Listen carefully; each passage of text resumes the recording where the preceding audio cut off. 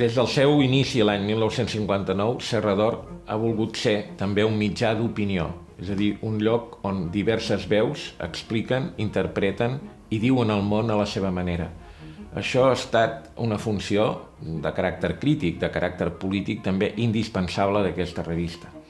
I han passat fins al dia d'avui grans noms de la cultura catalana: Maria Aurèlia Capmany, Joan Triadú, Ernest Lluch, Joan Fuster, Marta Pessarrodona i molts d'altres.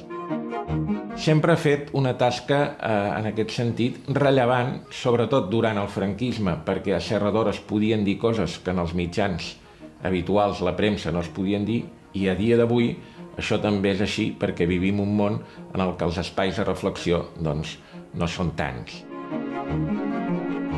L'opinió a Serra d'Or és rellevant perquè permet pensar el país, però no només pensar el país, sinó pensar també diverses coses, és a dir, la globalitat del que s'esdevé.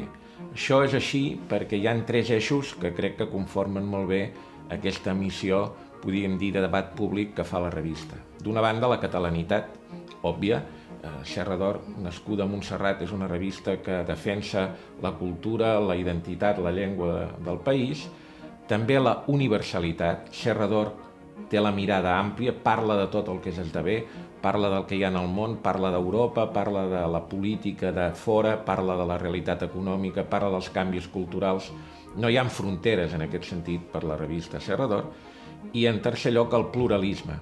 A Serra d'Or, des del primer dia, s'ha volgut que parlés tothom, fos o no fos persones vinculades a l'Església, tinguessin el pensament que tinguéssim, i això ha estat una tasca absolutament militant en pro de la tolerància, en pro del diàleg, i en aquest sentit crec que és una revista exemplar que dona mostra del que és la capacitat de crear un fòrum, un àgora, on tothom des del respecte pot discrepar i pot accentuar la realitat d'una manera diferent.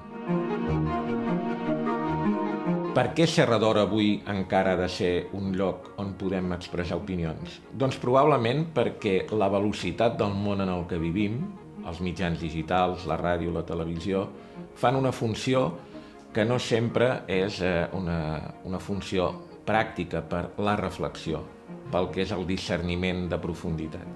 Crec que, malgrat que això va contra una mica el sentit del temps, és indispensable perquè sense aquesta capacitat d'interrogar-nos a llarg termini sobre les coses, cap societat pot elaborar, podríem dir, una maduració democràtica, una deliberació com cal.